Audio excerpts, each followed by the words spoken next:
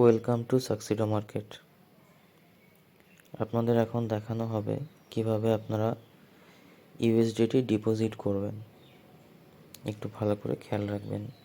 প্রথমে আপনাদের email ID আর password দিয়ে আপনাদের অ্যাকাউন্টটা লগ ইন করে নেবেন।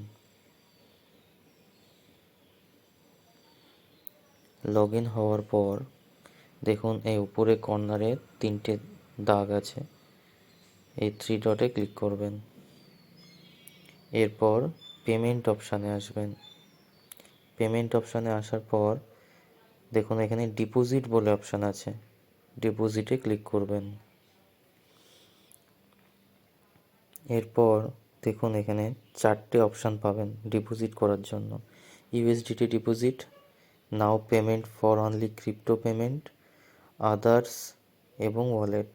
আপনারা ম্যানুয়াল ডিপোজিটের ক্ষেত্রে সবসময় আদার্স অপশানটা ক্লিক করবেন। আদার্স অপশানে ক্লিক করার পর একটু নিচে আনবেন, এখানে ইউএসডিটি থাকবে।